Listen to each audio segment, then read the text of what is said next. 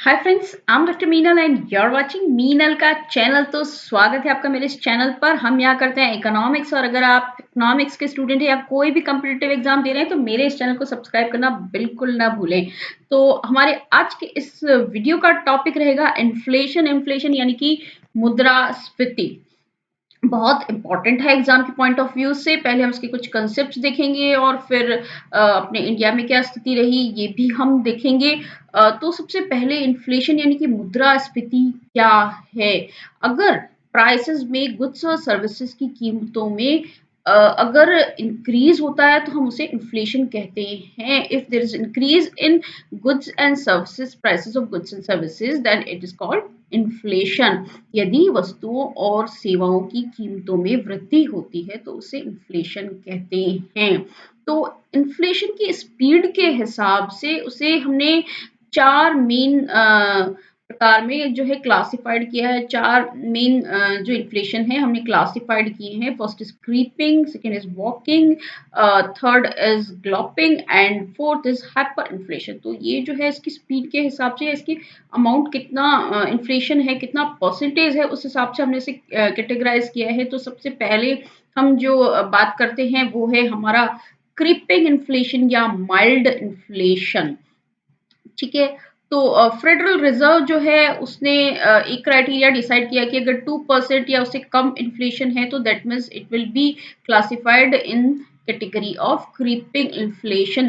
Creeping inflation या रेंगती हुई मुद्रास्फीति की कैटेगरी में इसको रखा जाएगा। हम यहाँ कहते हैं कि अगर एक साल में 3% या उससे कम अगर प्राइस राइज है तो वो जो है वो रेंगती हुई मुद्रास्फीति या क्रीपिंग इन्फ्लेशन होगा। 3% और लेस इन अ ईयर, एक साल में। तो ऐसा माना जाता है कि ये जो क्रीपिंग इन्फ्लेशन है वो इकोनॉमिक ग्रोथ के लिए बहुत ही बेनिफिशियल है। बिकॉज क्या होता है कि अगर धीरे धीरे प्राइसेस बढ़ रही हैं तो कंज्यूमर एक्सपेक्ट करता है कि prices will keep going up. Prices जो है वो बढ़ती ही रहेंगी और उससे क्या होता है, कंज्यूमर की डिमांड बढ़ जाती है। Boost the demand. तो मार्केट में अगर डिमांड आएगी तो ऑब्वियसली मार्केट में तेजी आएगी, प्रोडक्शन भी बढ़ेगा, और जो इकोनॉमी है प्रोडक्शन बढ़ेगा तो इकोनॉमिक एक्सपेंशन भी होगा। तो ये जो है ये क्रीपिंग इन्फ्लेशन इकोनॉमी के लिए बहुत ही अच्छा होता है, ऐसा माना जाता है। तो थोड़ा थोड़ा क्रीपिंग इन्फ्लेशन, रेंगती हुई मुद्रास्फीति होनी चाहिए। तो इंडिया जो है, इंडिया के बारे में बात करूँ, 2005 में जो सीरियल से इसकी प्राइसेस इंक्रीज हुई थी लगभग 3.68%। तो क्रीपिंग इन्फ्लेशन का एक एग्जाम्पल हो सकता है। अब हम बात करें वॉकिंग इन्फ्लेशन। तो वॉकिंग इन्फ्लेशन है अगर 3 to 10% के बीच में इन्फ्लेशन है, 3 to 10% के बीच में इन्फ्लेशन है तो हम उसे वॉकिंग या चलते हुई मुद्रास्फीति या वॉकिंग इन्फ्लेशन की कैटेगरी में रखेंगे। ये जो है डिस्ट्रक्टिव होता है, नहीं होना चाहिए। जो इकोनॉमी है उसके लिए हार्मफुल होता है, बिकॉज इससे जो इकोनॉमिक ग्रोथ है उसको बहुत लॉस होता है। क्योंकि ऐसा होता है कि अगर प्राइसेस ज़्यादा बढ़ रही हैं तो ये भी हो सकता है कि पीपल, जो लोग हैं, वो ये सोचें कि आगे जो हायर प्राइसेस हैं उसको अवॉइड किया जाए, और उसे अवॉइड करने के लिए वो अभी से खरीदारी करने और होर्डिंग करने लग जाएंगे। तो हो सकता है इकोनॉमी में जो गुड्स है उसकी शॉर्टेज हो जाए, उसकी शॉर्टेज भी हो जाएगी, होर्डिंग करने लगेंगे, और साथ ही साथ जो सप्लायर्स हैं या जो प्रोड्यूसर्स हैं वो उस बढ़ी हुई डिमांड को पूरा नहीं कर पाएंगे। ठीक है।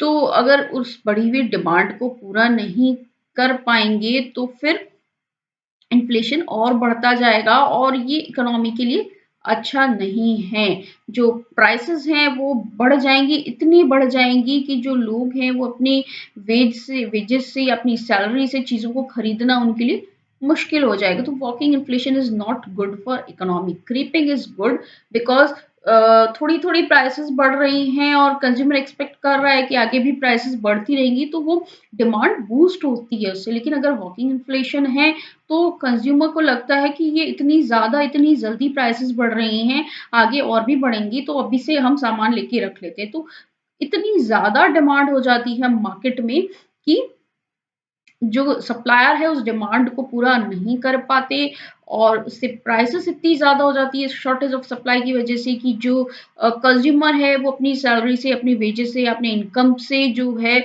वो उस चीज़ को खरीद नहीं पाता है। Prices will be out of reach of most of the people, ठीक है।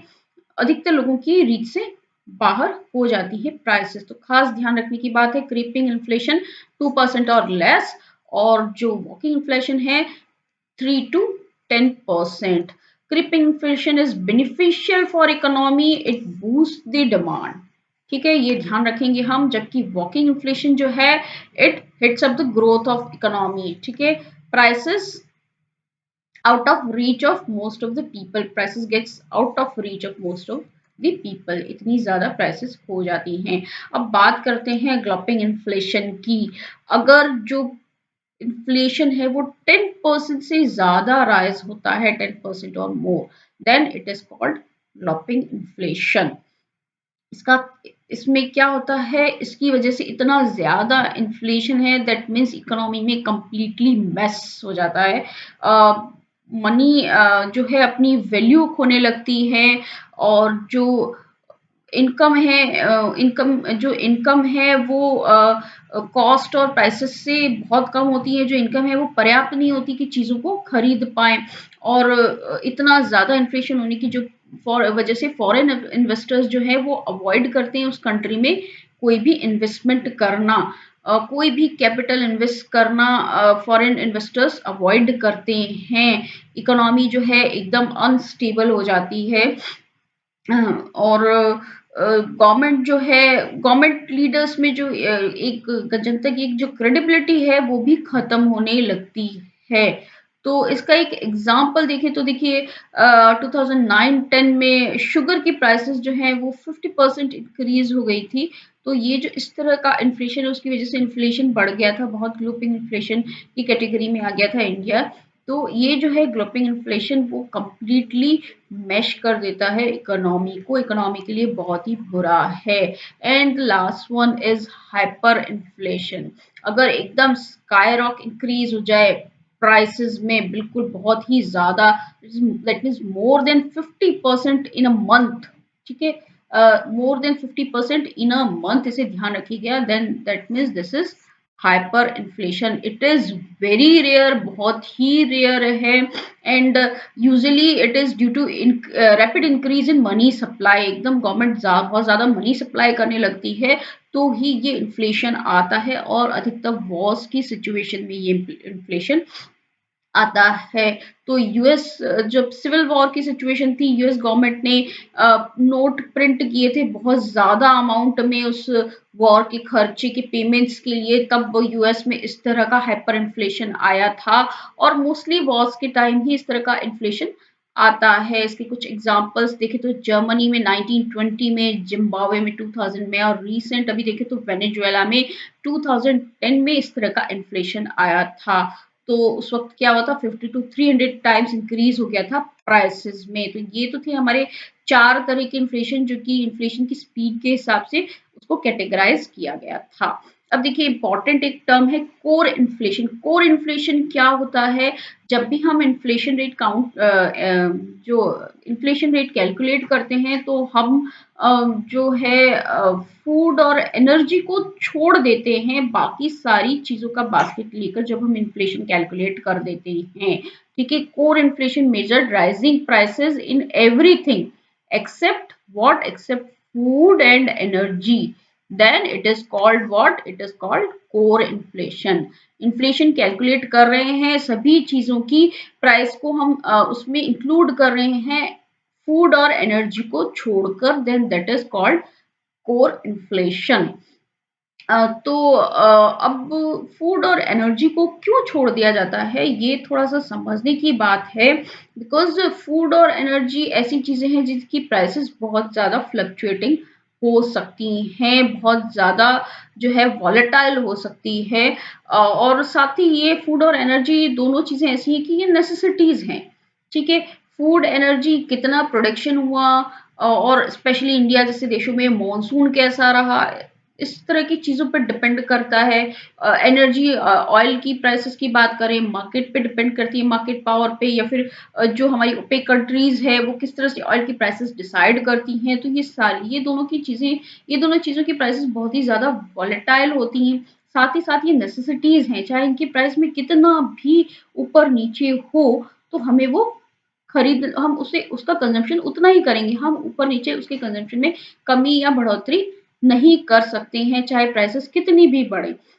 एग्ज़ाम्पल अगर हम ले लें कि सपोज़ गैस की प्राइसेस बढ़ गई बहुत ज़्यादा, ठीक है? बट कितनी भी बढ़ गई हो, अगर आपको अपनी कार का टैंक है फ्यूल फुल कराना है तो आप कराएँगे ही। You can not drive your car with empty fuel tank. ठीक है? तो इसलिए उसकी जो कितनी भी प्राइसेस बढ़ जाए, उसका जो डिमांड है उतना ही रहेगा। सिमिलरली अगर कोई ग्रोसरी का आइटम है और उसकी प्राइसेस बहुत बढ़ गई, लेकिन फिर भी वो हमें लेना ही पड़ेगा, बिकॉज़ कितनी भी प्राइसेस हो जाए वो हमारे लिए नेसेसिटी है। तो इस वजह से कोर इन्फ्लेशन में इन दोनों जो चीज़ें हैं, ये जो फूड और एनर्जी, इसको छोड़ दिया जाता है और बाकी सारी चीज़ों में का जो प्राइस राइज़ है उसके हिसाब से इन्फ्लेशन कैलकुलेट किया जाता है। नहीं समझ में आया तो देखिए, एक इसका जो क्रक्स है, सम अप करती हूँ मैं। Core inflation is change in the cost of goods and services but does not include what food and energy sector. ठीक है, why food and energy prices are exempted from the calculation because their prices can be too volatile or fluctuate widely. Core inflation is important. क्यों है important? Because it is used to determine the impact of rise of prices on consumers income. Prices में change होने से consumer की income पे क्या effect पड़ता है, इसको कैलकुलेट करने के लिए कोर इन्फ्लेशन बहुत ही ज्यादा इंपॉर्टेंट होता है। अब देखिए, इंपॉर्टेंट टर्म से दो इंपॉर्टेंट टर्म्स है, आप बिल्कुल ध्यान से सुनिएगा, एग्जाम पॉइंट ऑफ व्यू से बहुत इंपॉर्टेंट है। एक होता है हेडलाइन और एक होता है कोर इन्फ्लेशन। ठीक है, हेडलाइन वर्सेस कोर इन्फ्लेशन की हम बात करेंगे। तो क्या है, the headline inflation measures demonstrates overall inflation in the economy. ठीक है, headline inflation that means overall inflation in the economy. Conversely, the core inflation measures what exclude the price of highly volatile food and fuel components from the inflation index. ठीक है, अगर exam में आता है headline inflation versus core inflation, तो आपको difference पता होना चाहिए। Headline inflation measures overall inflation, while core inflation measures inflation of prices of goods except food and fuel components. Right, अब देखिए नेक्स्ट एक इम्पॉर्टेंट टर्म है स्टिगफ्लेशन। तो जैसे कि इसके नाम से पता पड़ रहा है, दो टर्म्स को जोड़ के बनाया है। इन्फ्लेशन का है फ्लेशन, और स्टेगनेंट जो हो जाती है इकोनॉमी, एकदम ग्रोथ रुक जाती है, उसके लिए लिया है स्टेग। तो स्टेगनेंट है इकोनॉमी, स्टेगनेंट भी है और साथ में इन्फ्लेशन भी है। अगर ऐसी सिचुएशन है तो दिस सिचुएशन इज कॉल्ड स्टिगफ्लेशन। ठीक है, क्या होता है, high inflation along with rising unemployment and relatively slow economic growth और रिसेशन। तो स्टिगफ्लेशन के क्या कंपोनेंट्स है, क्या सारी चीजें एक साथ आ जाती हैं, तो देखिए ये है। सबसे पहले तो है, स्टिगफ्लेशन में आता है हमारे इन्फ्लेशन। ठीक है, इकोनॉमी में इन्फ्लेशन होगा, इन्फ्लेशन है इकोनॉमी में, साथ में जीडीपी भी कम है, अनएम्प्लॉयमेंट रेट भी बहुत ज्यादा हायर है। जीडीपी कम है, अनएम्प्लॉयमेंट नहीं है, तो फिर क्या हो रहा है, रिसेशन आ रहा है, recession in most of the economic activities.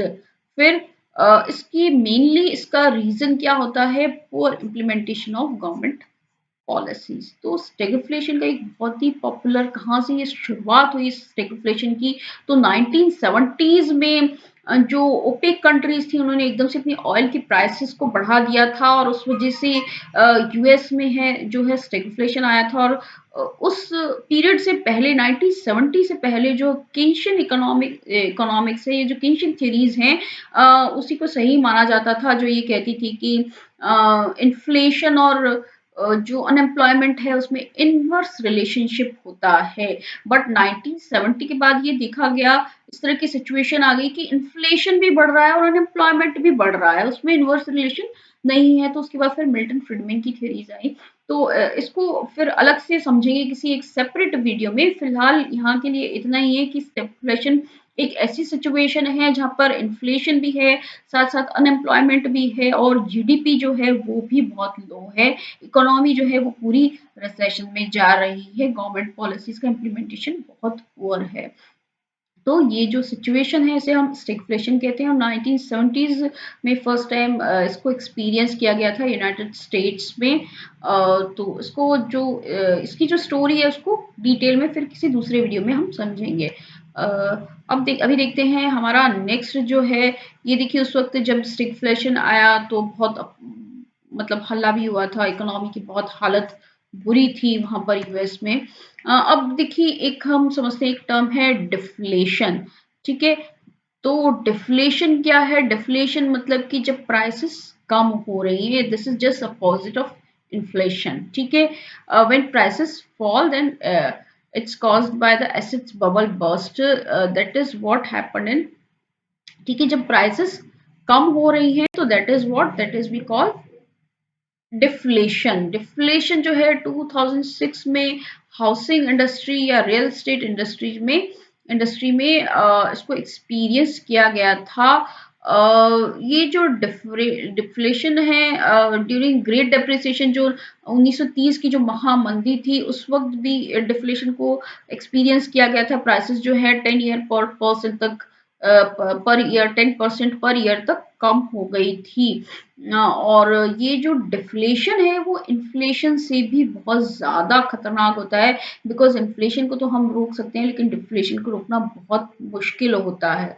ठीक है, मुश्किल इसलिए होता है क्योंकि अगर प्राइसेस कम हो रही है तो दैट मीन्स प्रोडक्शन भी कम हो जाता है। प्रोडक्शन के लिए कोई प्रोत्साहन नहीं रहता। जो प्रोड्यूसर है उसको मतलब प्रोडक्शन प्रोसेस को स्टार्ट करने के लिए, जो साहसी है उसको रिस्क लेने के लिए, कोई भी उसके लिए जो उसको मिलना चाहिए, एक बूस्ट मिलना चाहिए, वो उसे नहीं मिल पाता है। तो जो डिफ्लेशन है और इकोनॉमी फिर पूरी रिसेशन में चली जाती है। डिफ्लेशन एक बार स्टार्ट हो जाता है तो उसे कंट्रोल करना बहुत मुश्किल होता है, इसलिए इन्फ्लेशन से भी ज़्यादा खतरनाक होता है।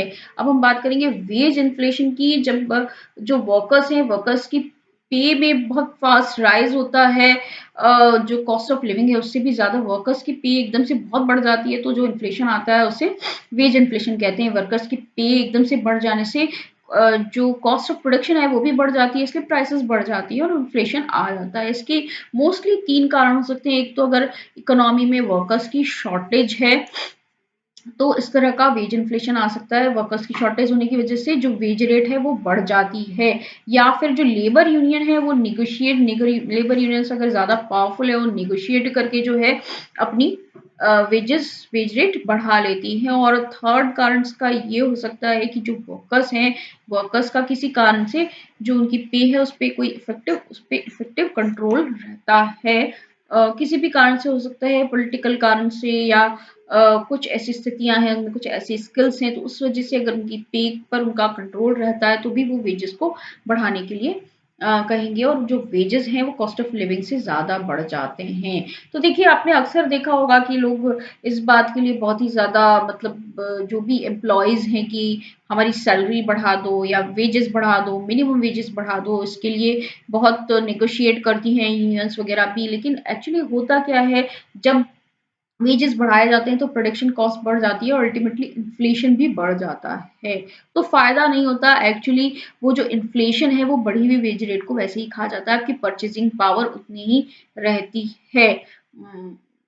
तो अ, ऐसा है कि हर कोई सोचता है कि वेजेस को इंक्रीज करने से, मतलब उसको जस्टिफाई करता है कि वेजेस अगर हम बढ़ा दें तो वो अच्छा होगा, स्टैंडर्ड ऑफ लिविंग बढ़ेगा। बट एक्चुअली होता ये है कि higher wages leads to higher prices और the inflation, and it leads to cost push inflation, and this is this will not help in upgrading the standard of living. अब देखिए next देखते हैं कि इन्फ्लेशन के कारण क्या-क्या हैं। मेनली तो देखिए 3 ही कारण हैं। First is demand pull inflation, ठीक है? डिमांड की वजह से जो इन्फ्लेशन होता है when the aggregate demand exceeds aggregate supply, जो समग्र माँग है वो समग्र पूर्ति से जब ज़्यादा हो जाती है तो डिमांड पुल इन्फ्लेशन होता है, और उस केस में जबकि फुल एम्प्लॉयमेंट भी होता है।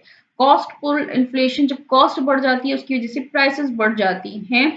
सो aggregate supply increases due to increase in the cost of production, ठीक है?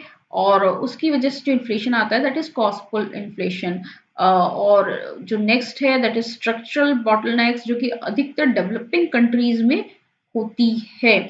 तो तीन तरह के हो गए हमारे causes of inflation: demand pull inflation, cost pull push inflation and the structural bottlenecks और स्ट्रक्चरल इन्फ्लेशन। तो थोड़ा सा अगर आपको नहीं समझ में आता है तो उसको थोड़ा सा हम डिटेल में समझेंगे। उसके आगे हमने जो लिखा है मॉनेटरी पॉलिसी और एक्सपेंशनरी फिस्कल पॉलिसी, इसको हम demand pull inflation cost pull inflation के अंतर्गत ही हम उसको थोड़ा सा एक्सप्लेन करेंगे। तो देखिए सबसे पहले डिमांड पुल इन्फ्लेशन की बात करते हैं। It is mainly due to increase in aggregate demand में इंक्रीज से ये आता है। Increase in aggregate demand is mainly comes from where, it's from government expenditure, जो वो हमारा एक कंपोनेंट होता है सी प्लस आई प्लस जी, ये वाला जो होता है इसमें जो गवर्नमेंट एक्सपेंडिचर है अधिकतर ऐसा ही होता है। जहाँ डेवलपिंग कंट्रीज है, डेवलप कंट्रीज, तो डेवलपिंग कंट्रीज में गवर्नमेंट एक्सपेंडिचर जो करती है उसकी एक्सपेंशनरी फिस्कल पॉलिसी जो होती है उसकी वजह से ये डिमांड पुल इन्फ्लेशन आता है। क्योंकि जब गवर्नमेंट एक्सपेंडिचर करती है तो कहीं ना कहीं जो कहीं ब्रिज बना रही है, कोई प्रोडक्शन प्रोसेस हो रहा है, या कहीं जो उसकी सोशल सिक्योरिटी स्कीम्स है वहाँ पर वो एक्सपेंडिचर कर रही है, तो लोगों के हाथ में पैसा होता है, पैसा आता है, लोगों की परचेजिंग पावर बढ़ती है। और इससे जो हाउस होल्ड्स या फर्म्स हैं उनका एक्सपेंडिचर बढ़ जाता है, एकदम से एक्सपेंडिचर बढ़ जाता है, यानी उनकी डिमांड ज़्यादा हो जाती है, जबकि जो एग्रीगेट सप्लाई है वो इतनी नहीं बढ़ पाती। तो दैट मीन्स क्या होता है, aggregate demand is greater than aggregate supply, ऐसा हो जाता है उस केस में। तो जब डिमांड ज़्यादा है सप्लाई कम है तो क्या होगा, prices will shoot up, prices will increase. तो वहां पर होता है हमारा डिमांड पुल इन्फ्लेशन, जो डिमांड में बढ़ोतरी से होता है। एक बार थोड़ा-सा इसको इस डायग्राम से समझेंगे, आपको और भी अच्छे से समझ में आएगा। देखिए फर्स्ट जो सिचुएशन है इकोनॉमी में, फुल एम्प्लॉयमेंट लेवल की सिचुएशन है। अब क्या हुआ, गवर्नमेंट ने जो है अपना गवर्नमेंट इंटरवेंशन की वजह से गवर्नमेंट ने क्या किया, कुछ न कुछ एक्सपेंडिचर किया कहीं न कहीं। तो फिस्कल पॉलिसी के तहत उसने अपना जो एक्सपेंडिचर किया उसकी वजह से क्या हुआ, लोगों के हाथों में income I. With the economy already operating at its maximum level, the supply of goods cannot be increased further. ठीक है, फुल एम्प्लॉयमेंट है। फुल एम्प्लॉयमेंट का मतलब क्या है कि जो इकोनॉमी है वो अपनी फुल कैपेसिटी के साथ ऑपरेट कर रही है, अब उसमें क्षमता नहीं है और सप्लाई को बढ़ाने की। लेकिन यहाँ पे क्या हुआ, यहाँ पर गवर्नमेंट ने एक्सपेंडिचर किया, यानी कि कहीं न कहीं कुछ प्रोजेक्ट्स में उसने गवर्नमेंट ने पैसा लगाया, और उसकी वजह से क्या हुआ, लोगों के हाथों में इनकम आई, लोगों की परचेजिंग पावर बढ़ गई और डिमांड जो है वो डिमांड इंक्रीज हो गई। डिमांड इंक्रीज हो गई लेकिन जो सप्लाई है वो सप्लाई इंक्रीज नहीं हो सकती, सप्लाई इंक्रीज नहीं हो सकती, बिकॉज जो इकोनॉमी है वहां पर फुल एम्प्लॉयमेंट है, जो और जो इकोनॉमी है वो अपनी फुल कैपेसिटी के साथ जो है ऑपरेट कर रही है। तो उससे क्या होता है, as a result increase in government expenditure will only lead to increase in aggregate demand, and this will lead to an increase in aggregate demand with no increase in aggregate supply will lead to inflationary gap, prices बढ़ जाएंगी, inflationary gap आ जाएगा, inflation आ जाएगा। तो ये होता है demand pull inflation. अब देखिए बात करते हैं कॉस्ट पुश इन्फ्लेशन की। कॉस्ट पुश इन्फ्लेशन क्या है, जब इकोनॉमी में ऐसी सिचुएशन है कि किसी वजह से कॉस्ट इंक्रीज हो जाती है प्रोडक्शन की। There exist a situation in economy where inflation is leaded up, but not because of increase in aggregate demand but mainly due to increase in cost of production of goods and services. अब cost क्यों बढ़ जाती है? देखिए क्या कारण हो सकते हैं। या तो गवर्नमेंट ने कोई इनडायरेक्ट टैक्स इम्पोज किया है, जैसे ये जीएसटी वगैरह लगाया जाता है या एनवायरमेंटल टैक्स लगाया जाता है। तो टैक्स लगाने से क्या होता है कि कॉस्ट बढ़ जाती है, टैक्स भी देना पड़ेगा। या फिर वेजेस जो है, वेजेस इंक्रीज हो जाते हैं। तो दैट मीन्स क्या है ये, अगर वेज पुश इन्फ्लेशन आ रहा है, या फिर increase in prices of raw material, जिसे हम कहते हैं सप्लाई शॉक्स। ठीक है, सप्लाई शॉक्स आते हैं, रॉ मटेरियल जो यूज हो रहा है प्रोडक्शन में उसकी प्राइसेस एकदम से इंक्रीज हो गई। या फिर जो मार्केट की स्थिति ऐसी है कि जो फर्म है वो अपना प्रॉफिट बढ़ाना चाहती है, तो उसे हम कहेंगे प्रॉफिट पुश इन्फ्लेशन। यानी कि मार्केट जो फर्म है मार्केट में जो भी बिजनेस करी उस हिसाब से उसकी कैलकुलेशन ऐसी है कि उसे प्रॉफिट को बढ़ाना है, तो that is cost push inflation. साथ ही एक और कारण हो सकता है कि गवर्नमेंट कुछ हार्ड टैक्सेस इम्पोज कर दे, तो इन सब वजहों से जो है कॉस्ट बढ़ जाती है and it Leeds cost push inflation. तो देखिए इसको फिर से एक डायग्राम की तरह समझते हैं। Economy is at full employment level, ठीक है, और there is increase in prices of wages और रॉ मटेरियल, किसी भी चीज कोई भी कारण हो सकता है। जैसे मैंने अभी आपको ये 4 कारण बताया, उसमें से कोई भी कारण हो सकता है, उसकी वजह से वो इंक्रीज हो जाती है अगर कॉस्ट। तो इसकी कॉस्ट इंक्रीज होने से क्या होता है, प्रोडक्शन कॉस्ट बढ़ जाती है and this will lead to increase in price, और उसकी वजह से क्या आता है हमारा इन्फ्लेशन, इन्फ्लेशन आता है। अब देखिए थोड़ा सा समझ करें क्या कारण हो सकते हैं कॉस्ट पुश इन्फ्लेशन के या डिमांड पुल इन्फ्लेशन के। सबसे पहले कॉस्ट पुश इन्फ्लेशन की बात करें, थोड़ा सा इसको समराइज करते हैं, क्रक्स क्या है ये निकालते हैं। The rate at which the wages और द सैलरीज आर राइजिंग, किस हिसाब से बनेगा कॉस्ट पुश इन्फ्लेशन, कितना होगा जिस रेट से वेजेस या सैलरीज जो है वो बढ़ रही है। Data and producers price and input cost such as prices of raw material. ठीक है, अगर निकालना है तो क्या क्या चाहिएगा, कॉस्ट पुश इन्फ्लेशन, एक तो सैलरीज में वेजेस में कितना राइज हुआ। सेकंड क्या चीज है, प्रोड्यूसर की प्राइस या इनपुट की जो कॉस्ट है उसमें वो जो रॉ मटेरियल यूज हो रहा है प्रोडक्शन के लिए उसमें कितना इंक्रीज हुआ। थर्ड, इंटरनेशनल कमोडिटी प्राइसेस में क्या चेंज हुआ है। एंड फोर्थ जो है इनडायरेक्ट टैक्सेस जो है उसमें क्या चेंज हुआ है, effect of change in indirect taxes. तो ठीक है, cost pull inflation, cost push inflation में 4 चीजें देखनी है। फर्स्ट, वेजेस सैलरीज में क्या चेंज हुआ है। सेकंड, रॉ मटेरियल जो है उसकी प्राइसेस में क्या चेंज हुआ है। थर्ड, इंटरनेशनल मार्केट में कमोडिटी की प्राइसेस में क्या चेंज हुआ है, जिससे कि प्रॉफिट को बढ़ाने घटाने की थोड़ी सी जो है उसको प्रोड्यूसर को प्रॉफिट घटाने बढ़ाने का थोड़ा सा डिसीजन लेना पड़ता है। और लास्ट जो है इनडायरेक्ट टैक्सेस में क्या चेंज हुआ है जिसकी वजह से प्राइसेस चेंज होती है। अब जरा डिमांड पुल इन्फ्लेशन की बात करें तो देखिए एग्रीगेट डिमांड जो है उसमें कितना फास्ट इंक्रीज हो रहा है इस पर डिपेंड करता है डिमांड पुल इन्फ्लेशन। तो ये जो एग्रीगेट डिमांड है इसके क्या पार्ट, कौन से पार्ट्स हो सकते हैं, देखिए जैसे बताया था कंजम्पशन, एग्रीगेट डिमांड कौन सी हो सकती है, कंजम्पशन के लिए, इन्वेस्टमेंट के लिए, गवर्नमेंट एक्सपेंडिचर के लिए, और साथ में एक्सपोर्ट इम्पोर्ट्स भी इसमें इंक्लूड किए जाते हैं। तो ये होता है, ये कंपोनेंट्स होते हैं हमारे एग्रीगेट डिमांड के।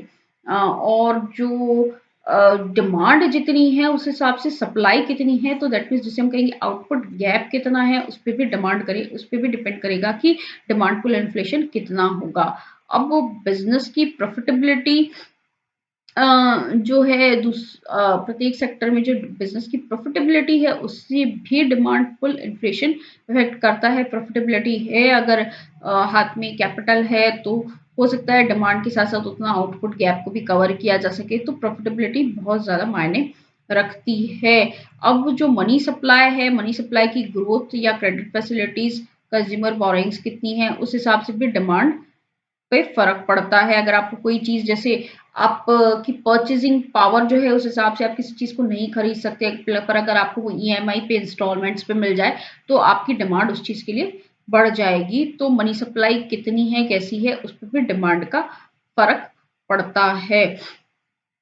उसके साथ साथ ये जो है जो फर्म की जो प्राइसेस हैं वो उसकी कॉस्ट के साथ राइज कर रही हैं या कैसे उससे ज़्यादा अगर राइज कर रही हैं, जो प्राइसेस हैं उसकी कॉस्ट से ज़्यादा राइजेस कर रही हैं, तो क्या होगा, उससे पता पड़ेगा कि प्रॉफिट मार्जिन कितना है और प्रॉफिट मार्जिन के हिसाब से ही डिमांड पुल इन्फ्लेशन का अमाउंट भी डिसाइड होगा। अब देखिए दो चीजें हैं, डिमांड पुल इन्फ्लेशन और कॉस्ट पुल इन्फ्लेशन। अगर स्टैगफ्लेशन की मैं बात करूं तो देखिए डिमांड पुल इन्फ्लेशन में स्टैगफ्लेशन की सिचुएशन नहीं आती, लेकिन कॉस्ट पुश इन्फ्लेशन में स्टैगफ्लेशन की सिचुएशन आती है। 1970s में यूएस में भी यही हुआ, क्योंकि ऑयल की प्राइसेस एकदम से बढ़ गई और उसकी सप्लाई भी कम हो गई, तो हर एक चीज की कॉस्ट बढ़ गई थी उस वक्त, और इस वजह से जो है स्टैगफ्लेशन आया था। तो कॉस्ट पुश इन्फ्लेशन में जो है स्टैगफ्लेशन की संभावना ज्यादा रहती है, और तो ये थोड़ा सा इसलिए ज्यादा खतरनाक होता है इकोनॉमी के लिए कॉस्ट पुश इन्फ्लेशन। अब देखिए लास्ट हम बात करेंगे स्ट्रक्चरल जो इन्फ्लेशन है उसकी कुछ जो बॉटलनेक्स होती हैं हमारी डेवलपिंग इकोनॉमीज में, तो उसकी वजह से जो इन्फ्लेशन आता है कहाँ होती है bottlenecks, agriculture, foreign exchange, infrastructure. ठीक है, अधिकतर स्ट्रक्चरल इन्फ्लेशन जो है डेवलपिंग कंट्रीज में या लो इनकम कंट्रीज में ही हमको देखने को मिलता है। ये क्यों होता है, मेनली जो स्ट्रक्चर जो होता है उनकी इकोनॉमी का, उसकी वजह से ये ऐसा इस तरह का इन्फ्लेशन होता है। बिकॉज कई बार ऐसा होता है कि जो फैक्टर्स ऑफ प्रोडक्शन है उनका अंडर यूटिलाइजेशन होता है, उस वजह से कभी कभी एक्सेसिव डिमांड हो जाती है, फैक्टर्स का अंडर यूटिलाइजेशन है, सप्लाई पूरी नहीं हो पाती है और उसकी वजह से इन्फ्लेशन आता है। Developing countries like Latin America, India are structurally underdeveloped as well as highly volatile due to existence of weak institutions and imperfect working of markets. ठीक है, क्या होता है, like agriculture will witness the shortage of supply. ऐसा होता है कि agriculture जो सेक्टर है वहां पर इंफ्रा पूरा नहीं है अच्छी।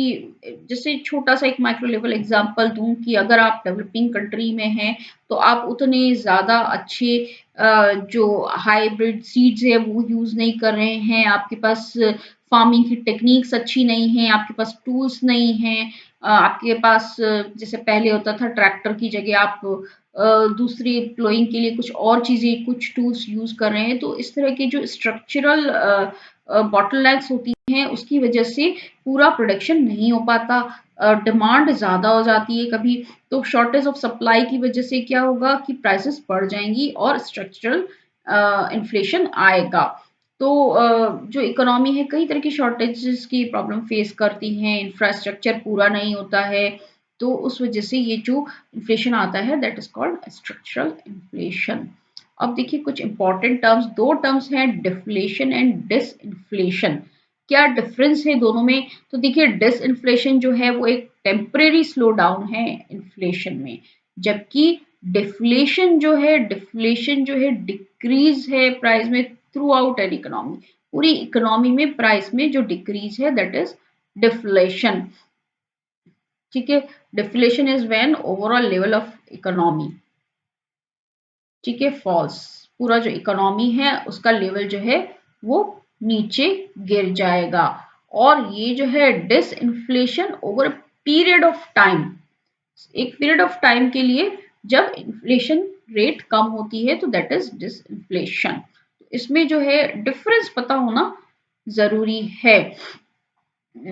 तो जब rate of interest falling from 5 to 3%, deflation is when for instance the price of a basket of good, यहाँ पर तो क्या है एक बास्केट ऑफ गुड्स की प्राइस जो है उसमें कमी हो रही है, जबकि जो डिसइन्फ्लेशन है वहां पर पूरी इकोनॉमी में 5 to 3% जो है डिक्रीज हो रहा है प्राइसेस में। तो ये डिफरेंस आपको पता होना चाहिए डिफ्लेशन और डिसइन्फ्लेशन का, बिल्कुल क्लियरली यहाँ पे मैंने इसको लिखा है, it is a temporary slow down in inflation. क्या है, टेम्परेरी स्लो डाउन है इन्फ्लेशन में, डिसइन्फ्लेशन।